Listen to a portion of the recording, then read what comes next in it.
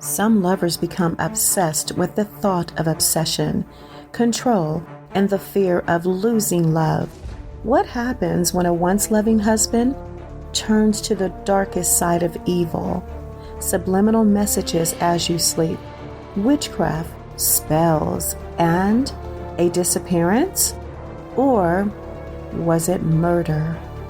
Stay tuned. It's Love and Murder.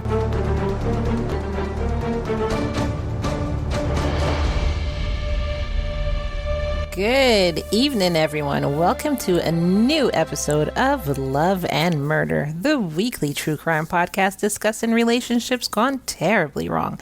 And when I say terribly wrong, how wrong do I mean? Dead wrong. Dum dum dum. D-E-D. Dead wrong, but without that dun dun dun.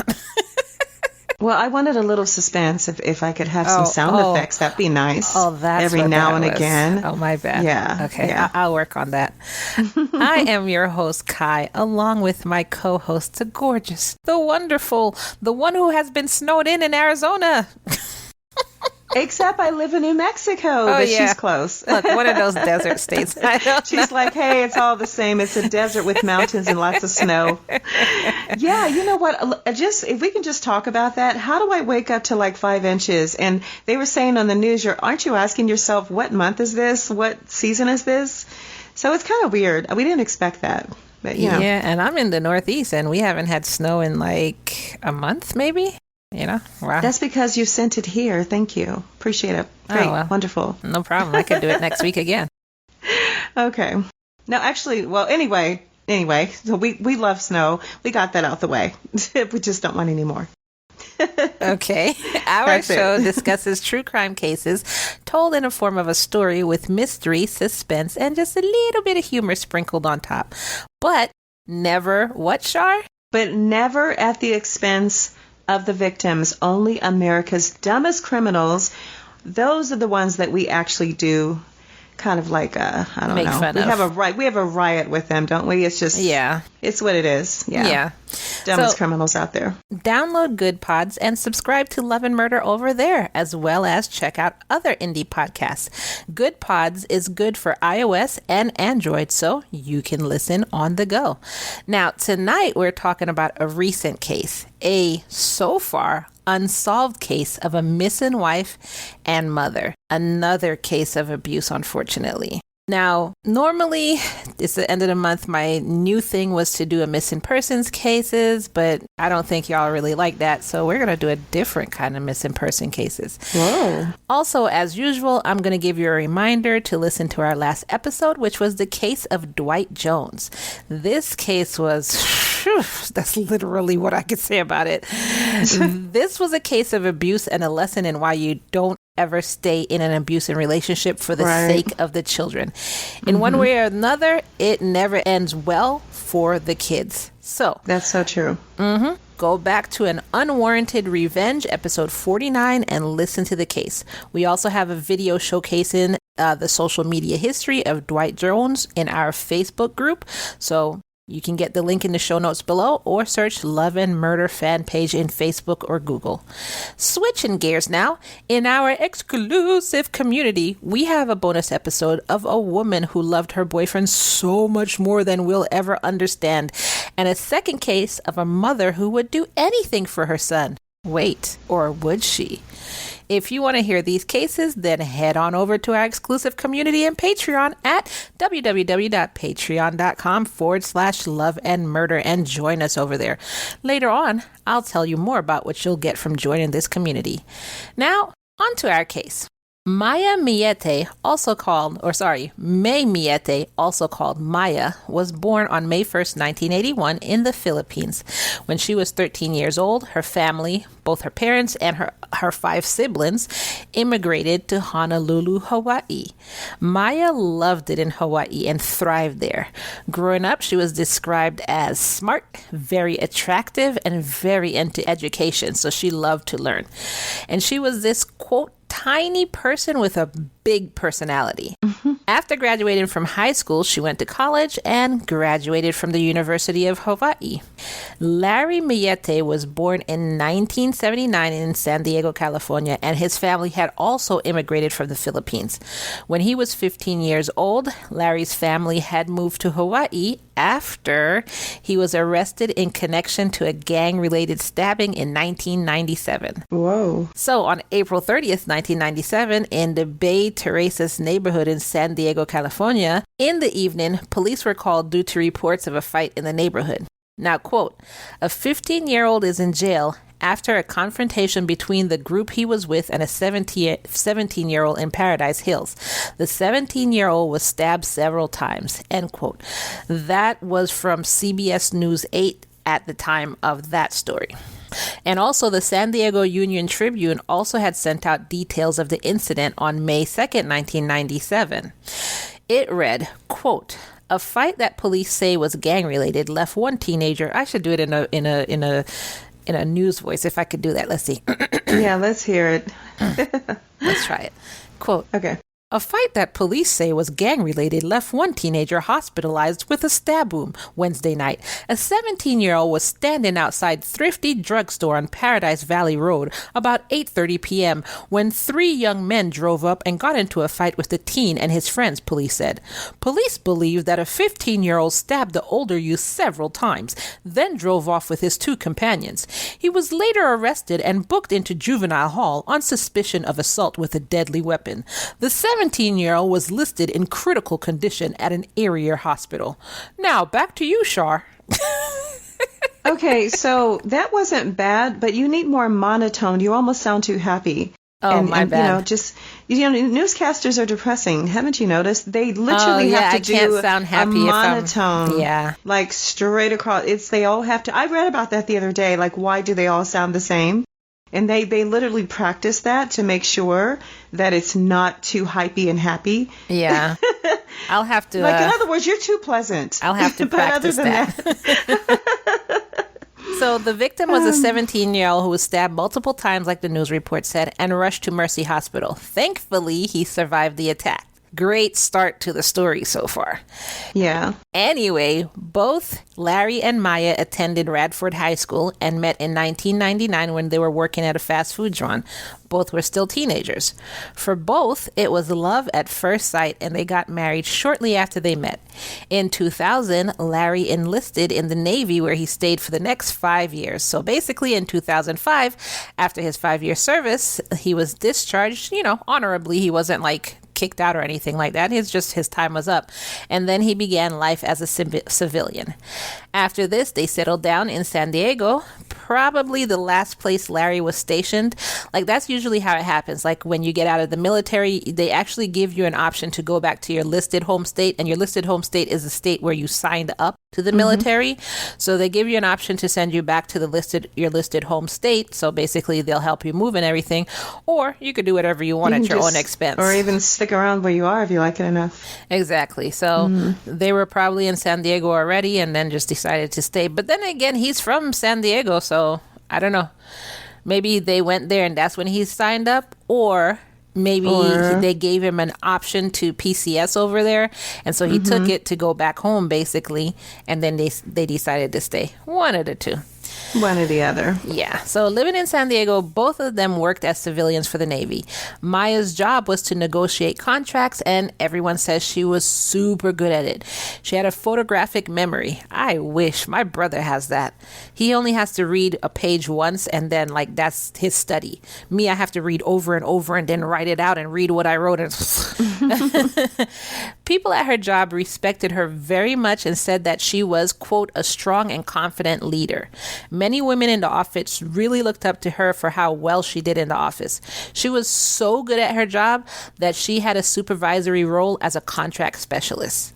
And wow. Yeah, and then Larry worked as an obstetrician at the Naval Medical Center. So basically, he was an eye doctor. So he looks at eyeballs all day. Yeah, but still, money. But it's still a type of a doctor. I mean, no, it's good. I'm just saying, looking at eyeballs. That's all.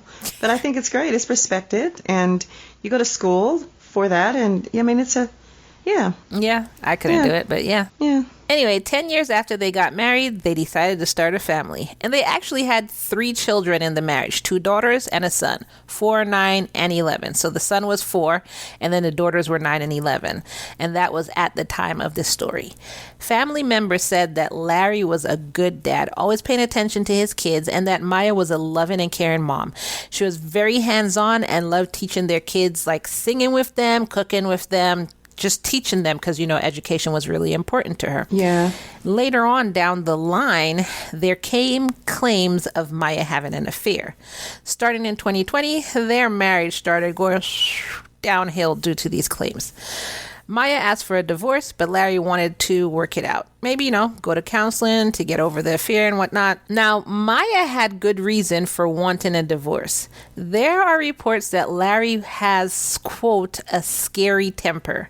Maya was so worried about his temper that she was worried that he, quote, would hurt the kids to get back at her.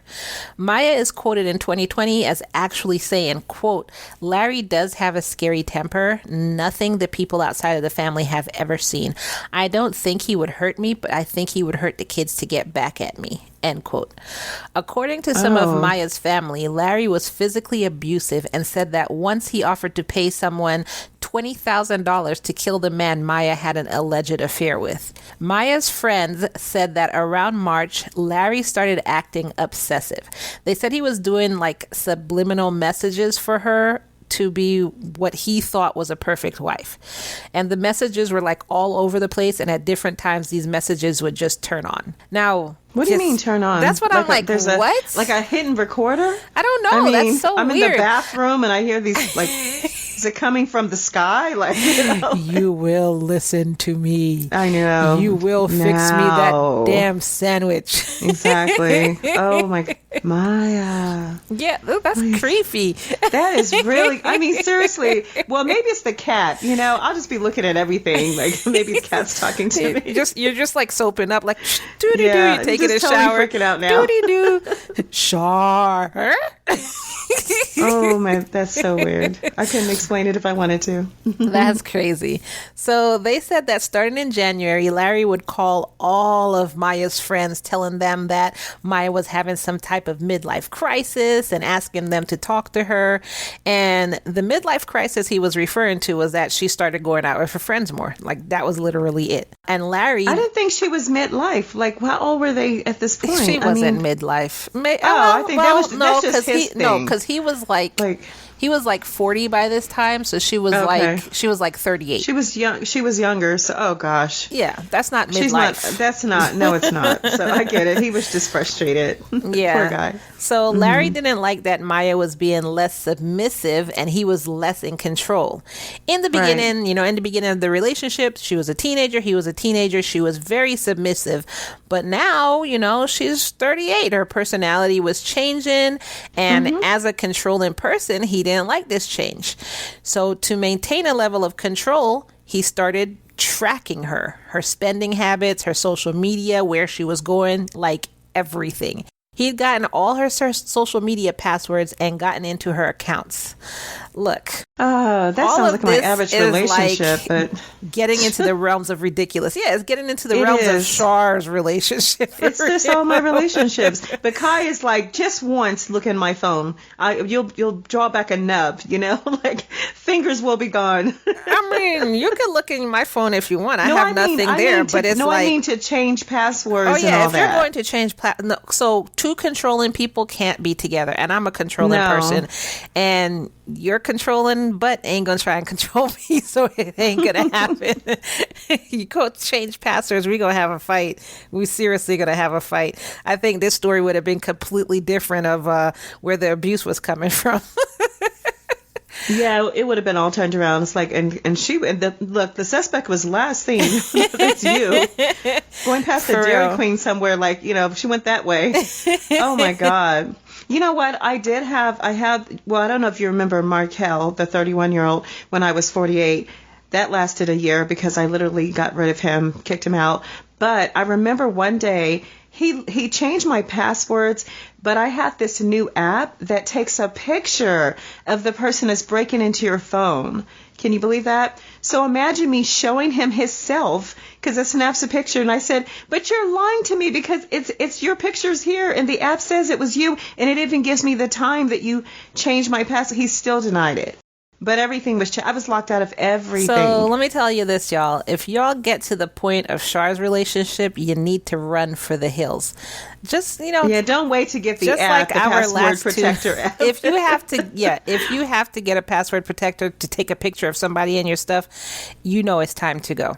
So as ridiculous as Char's story is, like in terms of what happened there, we haven't even gotten into ridiculous yet. So Larry started accusing Maya of having several affairs with different men at work.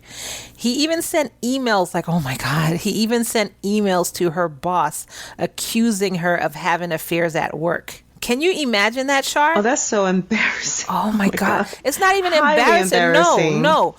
Basically, Why? this alleged jerk was trying to get her fired from work. No, but it's still embarrassing because you have to explain to your boss that it's not true. There's still a level of embarrassment because your boss doesn't know how much of this is real. I wouldn't be embarrassed personally because if it's not true, what's there to be embarrassed about? But because they're disrupting your workplace. That's what I'm saying. I hear what you're saying, but I personally wouldn't be embarrassed because it's not true. So her friends also said that Maya would never walk out, and most importantly, would never leave her kids, which I understand. Even if I'm walking out, I'm not leaving my child. So, anyways, going back to these affairs, NCIS, which I had to look that up because I was like, NCIS, the TV show? I was like, what the frick? Yeah. I just saw them taking off the glasses and the one girl with the ponytails in the lab. Oh, I love her, yes. Yeah, I was like, NCIS. Miss Nerdy Pants. Yeah. But actually, NCIS in this story is the Naval Criminal Investigative Services, had launched an investigation and found no evidence of any affairs. So he's just, like I said, there was nothing to be embarrassed about. But they can't prove. But okay. First of all, that's a bit much. How can you really prove unless there is? Oh, you could totally. Char. Okay, if you have I know you can hire. Char. In being a true crime podcast host, people leave trails everywhere. If somebody was having an affair with multiple people, not just one, multiple people at their job. That was the key word. That's true. Yeah, there would have been a trail. Okay, and at her job too. Oh, yeah. No, but plus it's and is at her job. That's a little different. It's one thing to have secret affairs outside of work with more than one person, but at your job, you're kind of close-knit. At some point, it would be hard to hide all of them. So, okay, I'll give the Navy their props on that one. Okay, yeah, it wasn't proven. So even though that happened, Larry still insisted that she was cheated on him. So he went from bugging her job to bugging her family, calling them, texting them. So some snippets of the text he said, quote, "For the lips of the adulterous woman drip honey, her feet go down to death, her steps lead straight to the grave." If I got a quote from my brother's wife, I'd be like, "Excuse me, what? Are you threatening to kill my brother right now?" Because what? Yeah, what you have to admit, he definitely has some bit of. He's kind of like an interesting writer. He's very. I don't care. Creative. I don't care. First of all, you said my brother was adulterous. Second of all, you said his feet go down to death, and then his steps lead straight to the grave. Exactly. Yeah, it does. Exactly. Again, the story would have been completely different from here because it would have been like her sister came up and just beat his butt. But it was poetic, Ky. You have to give him that for the honey dripping from the lips. Okay, well, I will poetically read it back to him as I'm punching him dead in his throat. Right. Like, what are you trying to say about my brother? Like, are you serious? So anyways, oh, by the way, we don't condone violence. We don't. This podcast.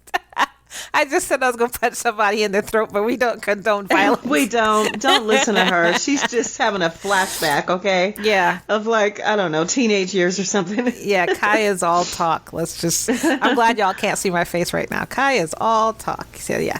Anyway, Larry was so desperate to keep his wife that he turned to witchcraft. Do you hear me? He started searching the internet for spells and even bought some spells from some people and even left a review for one of them. Quote, not a review. Yes. Let's get into the review. You know, you gotta leave. Let's hear you this. gotta leave Google reviews and Yelp reviews. Course. Come on now. Even for spells. So look, who would ever think? We ask y'all to leave reviews for us all the time. So we do.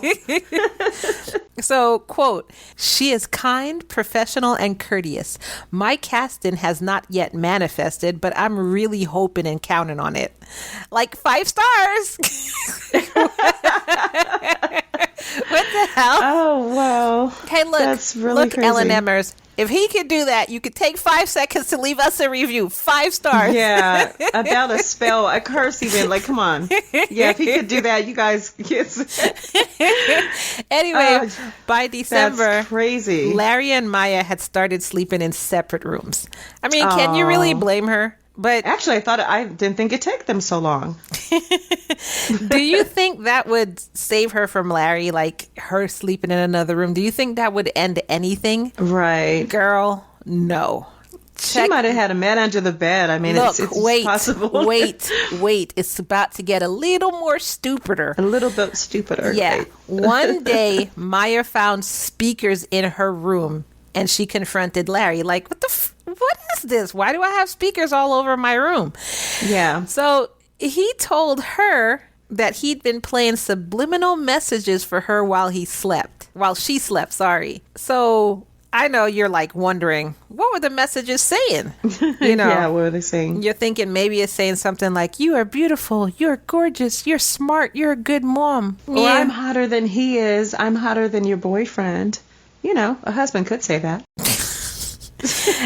No, that's not what Only it said. in my world. The messages said, quote, no more men. That's it. Over and over while she slept. I was close. No more men. You don't want your boyfriend, I'm hotter. No more men. I was close. It didn't work, did it? What the hell? She didn't even know it was there. That's how much it didn't work. Well, that's why it's called Subliminal, Ky. Good Lord. It's in your sub. No more men. No, and she was like, wait, am I hearing more men? I think I want more men. Exactly. That's just it. She only gets the last part. Good Lord. Like, I think I'll have 5 more affairs tomorrow. Alleged affairs, because she wasn't even having an affair. Anyway. Oh, that's right. They're alleged. Oh, This is crazy. This story is crazy. Okay. After she found that crap, she texted her friend and told her that she was done with the marriage. And then later on, she told her family, like, I'm done. I'm not doing this. And they were just like, well, be careful. That's what her family said. So towards the beginning of January 2021, Maya was actually planning a family ski trip to Big Bear Ski Resort for their daughter's 7th birthday. And for some reason, on January 7th, Maya stopped communicating with the family, which was like totally out of the ordinary for her. Her family and her, they were really close, and she would never just stop communicating with them, but just nothing. Yeah. Hi again, Cliffhanger Ky here to remind you to subscribe to Love and Murder Podcast so that you don't miss an episode, and we'd be ever so grateful if you would leave us a 5-star review on the platform of your choice. Also, come on over and join us at our exclusive L&M community on Patreon at www.patreon.com/love and murder. Once you become a subscriber, you get access to commercial-free episodes, so you don't have to hear commercials like this one. Crazy Crime Corner, Love Obsessions, Serial Killer Corner, Relationship Advice, Ky and Char's life stories, behind the scenes, and so much more. We have so much fun over there, so come on and join for only $3 a month until the end of March, when we switch gears and have tiers. Don't miss out. www.patreon.com/love and murder. And if you're listening to this on YouTube, we'll give you 5 seconds to subscribe. Count to 5 and you will subscribe. 1, 2, 3, 4, 5. You've subscribed. Well, hopefully. And now, back to the show.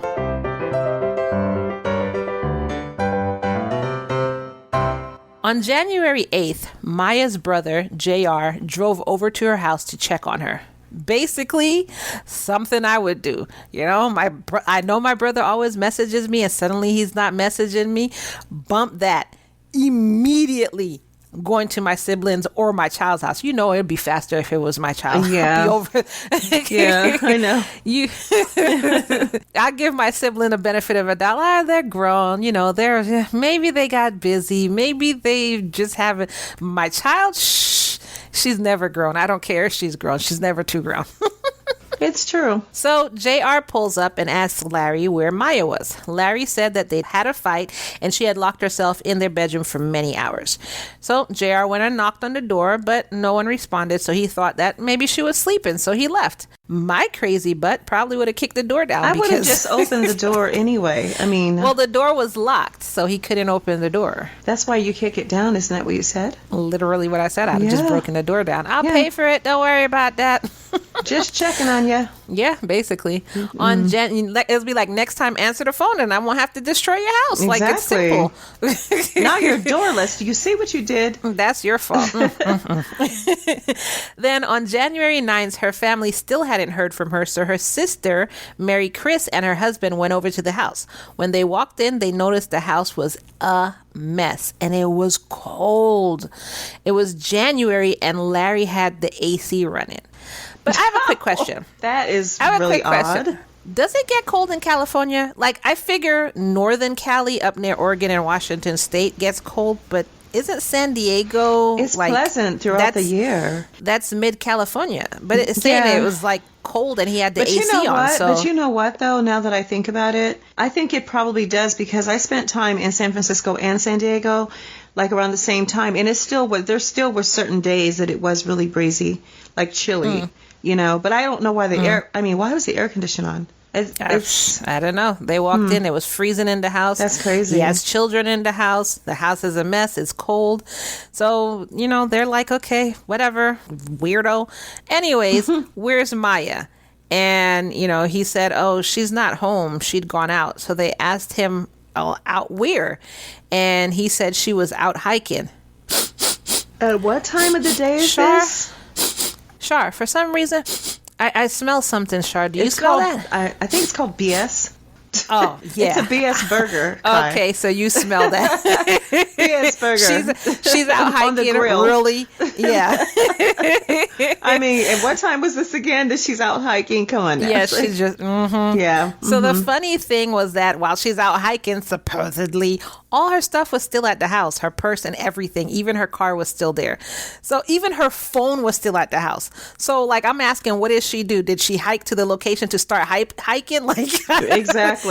She hiked from the house to the hiking path to start hiking, and then she's gonna hike back to the house. Like, you gotta let me understand. But you would take your phone. Remember when I was hiking like 4 or 5 miles a day? I would take my phone. Look, no, she's doing it like the Oregon Trail. She's really roughing it. No, off the grid. No. I'm going off the grid. You know. So, in looking around the house, they noticed that the garage smelled very strongly of bleach, and there were bath mats like hanging over the trash cans, looking like they were drying out. They also noticed that the tires on their Lexus SUV were low on air. Mary Chris didn't believe Larry, and that night she called the Chula Vista Police Department to report a missing person. Funny thing is that Larry didn't call first, and he actually tried to discourage them from calling the police, saying, like, you know, Maya will turn up. Maya, she'll turn up. So, you know, her sister was like, yeah, I know Maya. That's why I'm calling the police. Anyway, the police sent out 3 officers that night who went through the house. They questioned Mary Chris and her husband and Larry, and then they were like, well, all right, thanks. Pack it up, Johnson. Let's go back to the office. They just left. One reason the family also didn't believe Larry is because apparently some months before she went missing, Maya had told her family, quote, hey, you know, if something happened to me, it's gonna be Larry. Oh, wow. Mm-hmm. That would pretty much point the fingers right back at your husband. Exactly. Jeez. So, yeah, now she's officially reported missing. On the 10th, 11th, and 12th, police searched the cars in the house for clues as to where Maya would have gone. Allegedly, Larry told police that he feared for his wife's safety. I'm so worried about her. I hope she comes home. Yeah, but it didn't sound like that at first, though. On January 10th, her family decided to go out and look for Maya. They'd gathered at her house to celebrate her daughter's birthday, but they couldn't focus on it. And everyone kept looking at the door, hoping that Maya would come through because it's her daughter's birthday, and they know she would never. Why would she miss her daughter's birthday? She would never miss this. Right. So they just kept looking. They're trying to stay happy for the kids or whatever. But they kept looking at the door, just hoping she'll come through. And they probably just started breaking down themselves, crying so they decided what they would do is turn this party into a search party. And so they decided to go out and start looking for her. And according to them, though, Larry didn't seem distraught. He didn't even go out with them to look for her. He was just in the house chilling, like, what's y'all's problem? She'll be what's back. on Jerry Springer? Let's see what's on the right? tube, like what? Jerry. On January 11th, a former criminal defense investigator for the U.S. Navy, Billy Little, decided to stop in. He went to her house to look around. He noticed that all of the windows in the house were open, like the house was being aired out. In the master bedroom, he noticed that there was a hole in the door right next to the door handle, like someone had punched a hole through the door to get access to a locked room. Larry said, quote, "Oh yeah, Maya punched a hole in the door there." Really? He also saw a recently repaired hole in the wall and asked Larry what happened there. Larry said, "Oh yeah, she got mad and punched that too." The problem with this statement is that Maya was a short person and the hole was much too high for her to have reached. So, what did she do? He didn't think this through because I was wondering, what did she do? She was mad and she just was like, slam dunk, Mighty Mouse. I'm leaping buildings in a single bound and punching everything. Yeah, it's crazy. He didn't think that through. He really didn't. My wife is so petite. In short, she's not going to do that. She's just tearing up the house and I'm just here worried about her, really. Allegedly. Anyways, after he left the house, he went around the neighborhood to see if he could get neighbors' security footage of that day. Something the police should have been doing. One of the neighbors did catch something. The Millete kids playing in the yard on a cold night. It was in the 40s at that night. And they're out in the yard the night Maya went missing at around 10:30 p.m. Oh, yeah. One more thing. It was a school night. So why are they outside? Did Daddy send the kids outside to play at 10:30 at night? Maybe that's what happened. Why, though? Go on now, you kids. What? We're supposed to be in bed, Daddy, but Mommy would... No, don't worry about Mommy. Go out and play. Get lost, in fact, They're just kind of wandering around. So he actually found another camera that showed Larry at 5:58 a.m. backing the Lexus into their garage the morning after Maya went missing. Then the footage shows him leaving the house around 6:45 a.m. and then not even getting back home until around 5:15 p.m. Oh, that's a whole 12 hours later or so. Exactly. So the police still hadn't even served a search warrant. So, on January 21st, Maya's family hired a PI. Her family was very, very upset with, what they called, quote, a lack of concern from the police. Finally, 2 weeks after Maya went missing on January 23rd, the Chula Vista police served a search warrant on the house and the car. They actually ended up seizing the car, so they, quote, seized evidence and impounded the Lexus. So what evidence did they seize? I heard you ask that question, right, Char? Yes, I'm pretty sure. Probably. Yeah, okay. Well, glad you asked, Char. Yeah, they found that he had a crap ton load of guns. That's their unit of measurement, by the way, crap ton load. So anyways, they found that he had a crap ton load of guns. They took 2 handguns, a shotgun, an illegal assault weapon, and a rifle. They also took images from Larry's phones. From the Lexus, they searched the GPS to see where the car had been and when. In February, police said that Larry had stopped cooperating with them and had hired a lawyer. He said he had nothing to do with Maya's disappearance, so I'm going to hire a lawyer and stop cooperating with the police. Okay.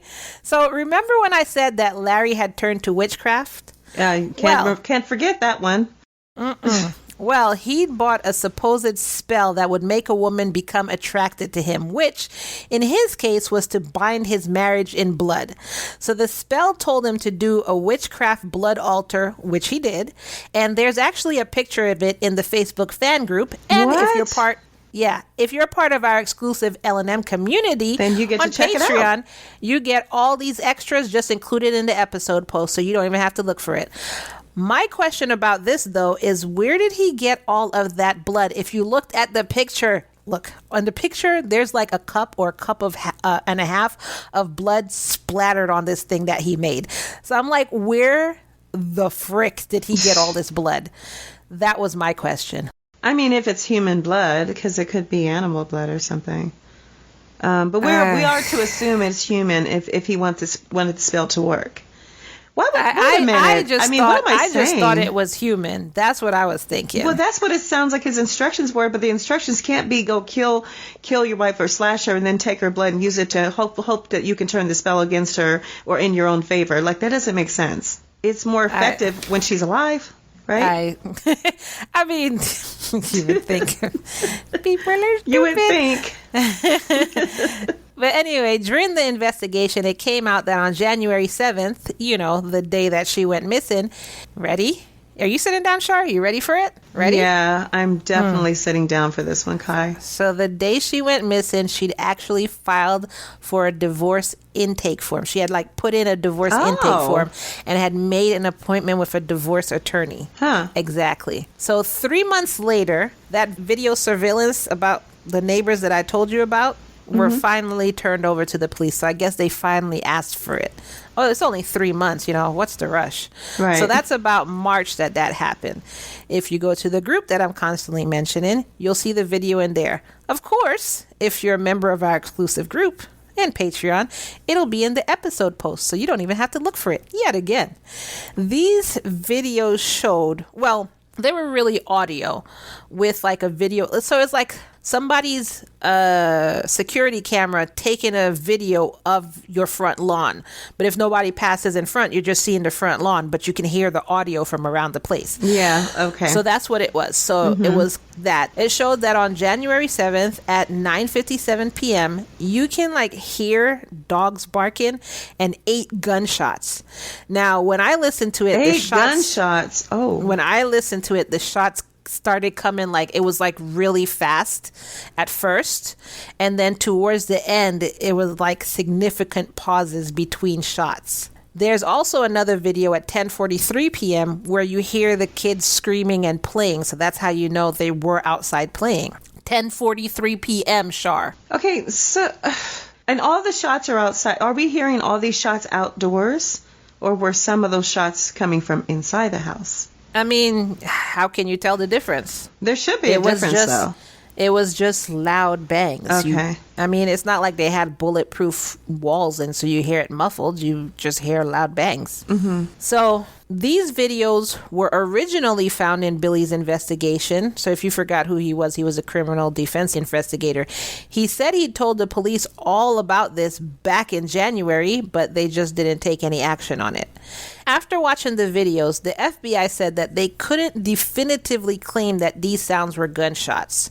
So I wonder what they thought it was then, because to me, it sounded like gunshots. But I'm not. Aren't you FBI. thinking Aren't you thinking that their police department and I don't know, they're just a little shady. From the beginning of the story, they weren't doing very much. They're just kind of that kind of approach. Yeah, that's really sad. That's kind of what I'm feeling. Yeah.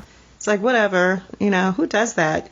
That's your job, is to get into the investigation, find out. What would you do if you lived in an area or a city where something happened, God forbid, you have to look for someone you know or a loved one, and they don't care. They're just lazy. You can't do anything about that except take matters into your own hands. Become your own investigator. You could only do that to a certain extent too, because questioning people could turn into harassment, which then you can get. There's only so much you can do. So During the investigation, it came out that Larry had been taking lots of money from the couple's bank account for a while since Maya had disappeared. Also, they found that the next day, the day he backed his car into the garage and then backed out later and then came home 11 and a half hours later, that day. So on that day, Larry's phone was off for 11 hours. And what does that make it? Untrackable. Now, the weird part about this is he is never known to turn his phone off. He always has his phone on. Okay. Exactly. So, where did I wonder he say what he was? excuse he would give them, being that that's not his pattern. And his friends family was asking him, where were you? What were you doing on that day? So he told his family that he's taking his 4-year-old to Salona Beach. Yeah, you took your 4-year-old to the beach at 6 a.m. for 11 hours, a 4-year-old. But what about the other kids? Like, seriously? Like, dude, you had months to get your story together. I really? mean, yeah. That's so crazy. According to the Lexus GPS, because remember I told you that the cops, went ahead and looked at the GPS, Larry had put in a how to get back home address search about 2.5 hours away from his house. So like he was coming back home and he couldn't figure out how to get there. So he put his address in to get home and he was 2.5 hours away from the house. Right. Now I wonder, is Salona Beach 2.5 hours away from his house? That's a good question though. It is a good question. Not that either of us have the answer. No, I sure don't, because I don't know the address of his house. No. Another thing that was found was that the call that Maya made to her divorce attorney was at 3:48 p.m. and her home security camera shows that she came home around 4:42 p.m. and then there's no footage of her leaving. Then that begs my question. Why was it other, like the neighbors' security cameras that they had to go to? What happened to their security cameras? Did he turn it off? Is he saying that the cameras were broken? Like, what happened with that? They also found more about the spells that Larry had ordered. Not only did he order that binding spell, but he sent messages to a website that said they casted spells. On one of the supposed spells that he asked for was, quote, "Please punish May and incapacitate her enough so that she can't leave the house. It's time to take the gloves off." So that's what he told the spell person. Those were the instructions. Oh, this guy is all over the place. He is woohoo, cuckoo. Let me tell you something. Wow. You're saying that's what he told the spell person. Remember, what does America's dumbest criminals always do? They tell everything, and they paper trail, dude. This was an email that he sent. That's right. That's right. I mean, there's paper trails anyway, because he even left reviews, and that's digital evidence. So he's just dumb all the way around. It's equal opportunity dumb. Look. Like...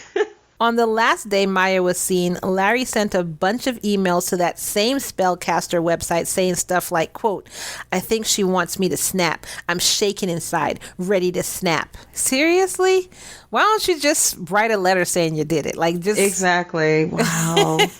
Wow. It also came out that in October, Larry had messaged another spellcaster and wanted, quote, he's on a roll, a death spell against the man who he was convinced that Maya had cheated on him with.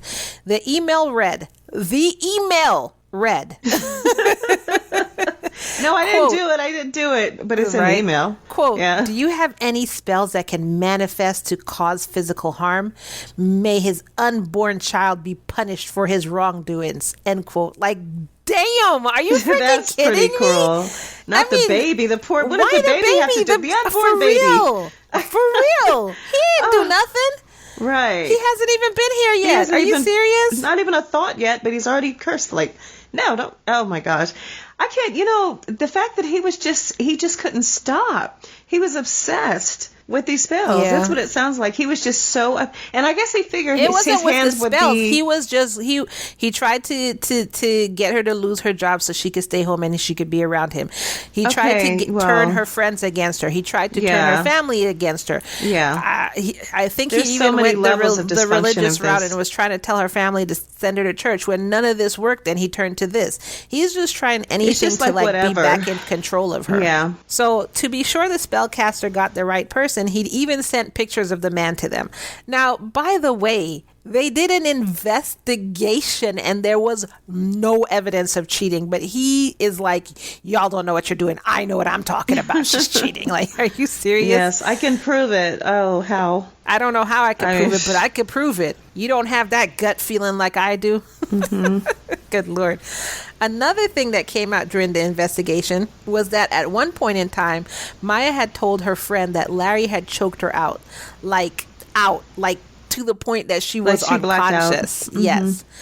On May 5th, police issued a gun violence restraining order against Larry. I know y'all are thinking it's because they found the guns, right? Well, that's only part of the reason.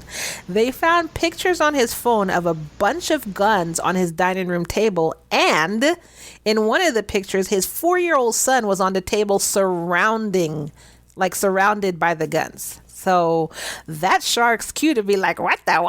Well, I'm thinking, what the? I'm thinking he's going to get the Parent of the Year award. That's what came to me. Like, yeah. I mean, usually when I have my guns out, I have my 4-year-old right there in the middle of it. Yeah. It sounds like the crib toy, you know, the mobile they have above the cribs. Yeah, it sounds like that to me. Good times. In response, Larry filed a response that was 80 pages long. Dude, do you not have a missing wife and 3 kids? You had time to write an 80 page. I mean, how could you think of so much to say? Dude, I That's don't know. a lot of pages. His response was 80 pages long, talking about how the police, are taking action against him. And he said this is ridiculous and he is not a danger to the community and just all of this stuff.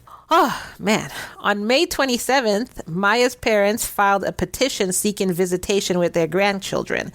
In their petition, they alleged that Larry had cut off Maya's entire family from the children. Larry fought the petition, saying that he didn't want them to see the kids. Like, why though?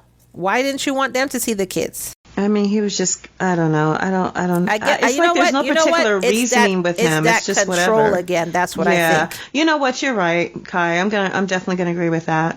I think that's all a part of it.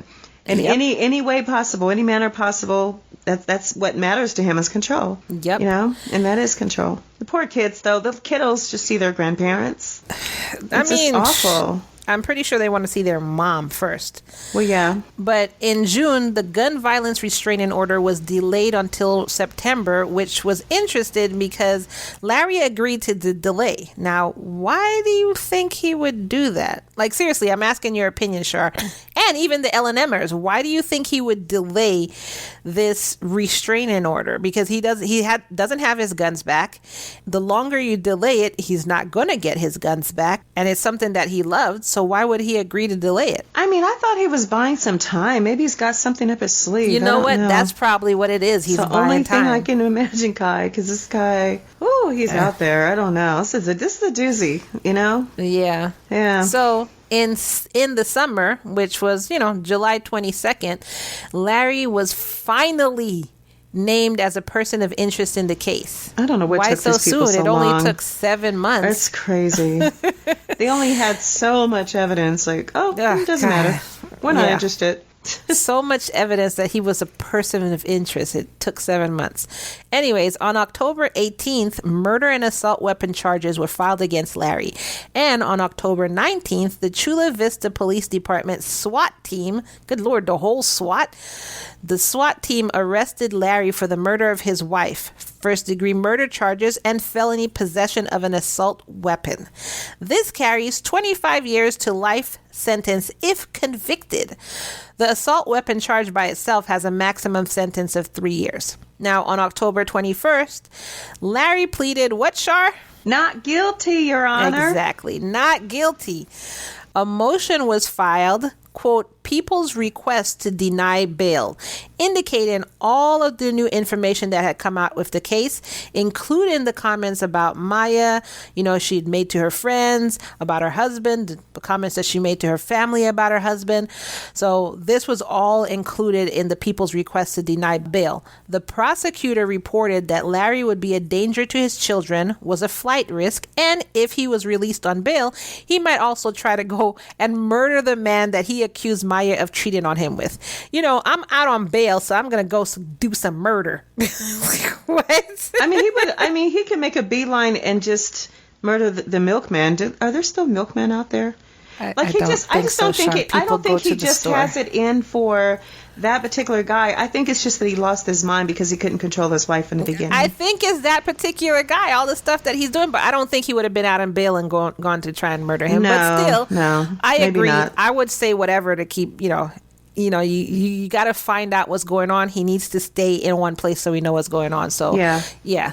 I'd have said that too. On November 2nd, Maya's sister, Mary Chris, filed a petition seeking guardianship of the 3 children who were living in their house the whole time. So they still stayed in that same house, but they were living with Larry's parents. His parents fought this petition and they began the process of seeking guardianship of the children. On November 4th, a judge ordered him held without bail. So he was held without bail. Finally. He was also ordered to have no contact with any witnesses or his children. The order stated that, quote, the father must have no personal, electronic, telephonic, or written contact with the protected persons. Also, Larry must stay 100 yards away from home, employment, school, and vehicle of each protected person, end quote. On November 10th, there was a hearing granting weekly visitation between Maya's family and the children. So they did get the visitation. This visitation, though, has to be in San Diego County. During this hearing, the kids were also appointed an attorney called a guardian ad litem. So according to Cornell Law School, this is a person who the court appoints to watch over someone during a case. Unlike conservators or guardians ad litem only protect the ward's interests during a single case. This kind of guardian is usually appointed in disputes over child custody. So it's usually between 2 parents who are fighting over who's going to get full custody of the child or whatever. Makes sense. Yeah. On December 1st, a judge ordered the temporary gun violence restraining order to be dissolved under a motion that was filed saying, quote, petitioner requested dismissal due to respondent's no bail custody status and restrictions in the criminal case. In response, the judge ordered the case, quote, dismissed without prejudice. So he didn't have that anymore. But that was only, 3 years or something? So he's still there. On January 10th, Mary Chris's lawyer filed a petition saying, quote, we do not intend to move forward with the guardianship trial on January 19th, 2022, and will be requesting a trial to be set at a future date, end quote. The guardian ad litem in this case, quote, desires to keep the hearing on calendar to request additional orders or modifications, end quote. A preliminary exam readiness hearing was scheduled for 1:30 p.m. on February 28th, and a preliminary hearing was scheduled on April 14th of this year at 8:30 a.m. Somewhere along these lines, because I know I lost y'all in all of that. So anyways, somewhere along those lines, Larry spoke with the kids over the phone, and he told his 10 and 11-year-old to watch an R-rated movie called Shot Caller, which look that up on IMDb. So this movie basically shows life in prison. I could only imagine what it showed. And he told them to watch this so they can, quote, understand the environment he's in. Wow. Just keeps up with these outrageous decisions. Yeah. Also, wasn't he not supposed to speak with the kids or the witnesses? That's what they said. That's part of the restraining order. That's what I thought. Also, they're only 10 and 11. So that begs the question, who put them on the phone with him? As I understand it, they're still with his parents with only visitation from Maya's parents. And my thing is, being that he's under murder charges, shouldn't it be the other way around? Absolutely. That's what I was thinking. So, and the reason it should be the other way around is because his family are going to put them on the phone with him, even though he's not supposed to be on the phone with him. So anyways, currently, Larry is in the Vista Detention Facility and awaiting trial. Maya still has yet to be found. And if anyone has any information, contact the San Diego County Crime Stoppers at 888-580-8477. That's 888-580-8477. Or the Chula Vista Police Department at 619-691-5139. And if you want those numbers, you can go to our website, www.murderandlove.com. go to the cases tab and you'll find this case under there, and you can find the numbers under there. So if you know something but you couldn't remember the numbers, you could definitely find the number on our website. And that's the case of Larry Millete and Maya Millete. So what did y'all think about this episode? Let me know in the comments below. Char, do you think she left, or do you think that Larry allegedly did something? I think one of those curses worked out and she just went into another dimension. Oh, good got God, sucked Char, into a vortex. I mean, because she just disappeared into thin air. No pun intended. No, she didn't disappear into thin air. A lot of stuff went into her disappearing, like the car backing in to the garage, the 8 gunshots, him being gone for 11 and a half hours. Mm-hmm. So speaking of him being gone for 11 and a half hours, I know the police are actually looking like 2 hours away from the house. So they're looking in the radius of 2 hours away from the house. But think about it. That's only where he entered the address. He could have driven 6 hours away at any point. I mean, exactly. He could have driven 6 hours away, found his way to the 2 hour mark, then put in his address, and then now he's getting home. So that's that's not going to be accurate for the timestamp. Exactly. And authorities know that, so it's got to make it more confusing for them. They have to make the search area wider. Exactly. Which is going to be hard. That's sad. That's actually sad that she's still missing, though. I mean, missing persons mysteries are just so hard because you just don't know. I feel so bad for the family because, every day that they're not found, it's harder to, to find them alive. It's still hope because you never know. She could literally just have gone somewhere, like she couldn't take it anymore. I don't know why she would leave her kids. Well, what if she went out the country, though? What if she went back to the Philippines or something? She could have gone to the Philippines to clear her head. Exactly. I mean, the family would probably be angry at her, but that's better than the alternative. You know what I'm saying? Mm-hmm. So, I mean, you never know. Wow. But anyways, poor Maya. Do y'all agree with what we were saying? What are your theories? What do you think happened? Let us know in the comments below. And also, if you like this episode, then head on over to Apple Podcasts or Spotify and rate us 5 stars. You can also download Good Pods and rate us there too. You can say, like we always say whatever you want in the description. It helps bring us up in the charts so others can find us just like you did. Don't forget to visit us on Patreon to become an exclusive member of the L&M community. You get commercial-free, full-length episodes of Love and Murder, and we're working on our exclusive members getting those episodes earlier than everyone else. So it behooves you to go over there. You also get bonus content like cases about love obsessions or cases about the craziest crime. And when I say craziest crimes, dude, there's one where somebody was trying to feed his family, his neighbor's heart. So crazy crimes. Oh yeah, that is crazy.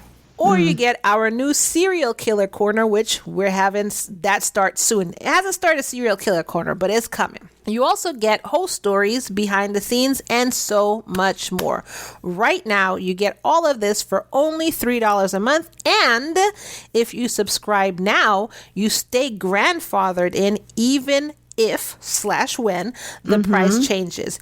Another in April, tier. we're going to up the price, and the $3 tier will be the beginner one. So it's going to be another tiers, like Char said. So now is the time to get into this exclusive community. Now, on to our outro. As I usually say, follow us on social media at facebook.com/relationshipcrime, Instagram at Love Murder Podcast. Join our Facebook fan group. You think Sarah is like turning it off right now? Like, I can't believe they did this again. She's like, Ky went back over across the pond. You should see our friend over at Weird Horizon Cousins podcast. She's British, and I put on a British accent for her, and she was just dying. So anyways, Instagram at Love Murder Podcast. Join our Facebook fan group by searching Love and Murder fan page in Google or Facebook, or by simply clicking the link in the show notes. Find our awesome merch by going to our website, www.murderandlove.com. That's Love and Murder backwards, murderandlove.com, and clicking on our shop in the menu above. And an easy and free way to help us out is simply by sharing this episode. Share with your friend, share with your dog, share with your cat, share with your mama, share with everybody. And remember, always be nice to everybody that's in your house, your husband, your wife, your kids. Be nice to your mom. Be nice to your mother-in-law. Be nice to your pets. Be nice to your door when it's locked. Don't punch holes in it, and don't slam dunk the wall in your room. Be nice to all of that. And also, always remember, it's all love and no murder, y'all. Good night.